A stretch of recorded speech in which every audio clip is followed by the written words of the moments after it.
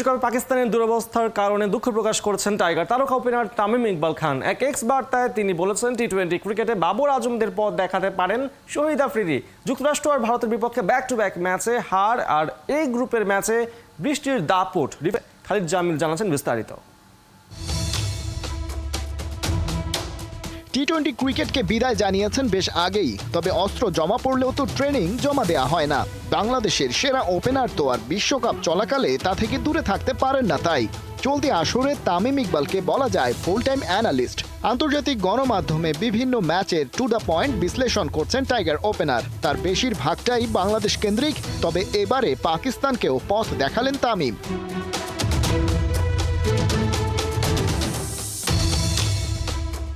Men in গ্রিনদের প্রতি নিজের সহমর্মিতা জানাতে তামিম বেছে নিয়েছেন সামাজিক যোগাযোগ মাধ্যম এক্সকে। গ্রুপ পর্বে নিজেদের একটা ম্যাচ বাকি থাকতেই এলিমিনেট হওয়া দলটার প্রতি দুঃখ প্রকাশ করেছেন। সেই সাথে জানিয়ে রেখেছেন ওদের পথ দেখাতে পারেন দেশটার সাবেক তারকা অলরাউন্ডার শহীদ আফ্রিদি। ক্রিকেট দুনিয়ায় ছড়ি ঘুরিয়ে আফ্রিদি ব্যাট প্যাট গুটিয়ে রেখেছেন বেশ আগেই। তবে যুক্তরাষ্ট্র আর ওয়েস্ট ইন্ডিজের আয়োজনে এবারের বিশ্বকাপের গ্যালারিতে ঠিকই হাজির ছিলেন অতিথি হিসেবে।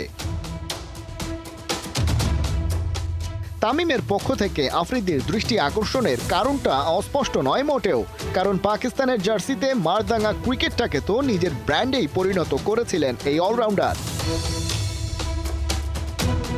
টি-20 ছক্কার খেলা আর আফ্রিদি ওয়ানডেতেই গড়ে রেখেছেন ছক্কার রেকর্ড। 398 ম্যাচের ওয়ানডে ক্যারিয়ারে 351 ছক্কা হাঁকিয়েছেন। এমনকি তাকে পেছনে ফেলতে পারেননি দুনিয়া কাঁপানো ক্যারিবিয়ান হার্ড হিটার ক্রিস গেইলও। আফ্রিদির বেশ কয়েকটা ইন্টারন্যাশনাল রেকর্ড এখনও অক্ষত।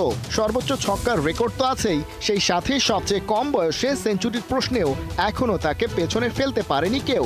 টি-20 শুরুর বেলায় যে 99টা ম্যাচ খেলেছেন, সেখানে ব্যাট করেছেন পাক্কা 150 স্ট্রাইক রেটে। আর এই ঘরানার ব্যাটিংয়েই ধুঁকছে পাকিস্তান। এক বাবর আজম আর মোহাম্মদ রিজওয়ানের ওপর দাঁড়িয়ে দলটার বর্তমান ব্যাটিং অর্ডার, যদিও তাদের ঘোরানো রানের চাকা গতিশীল হয় না খুব একটা।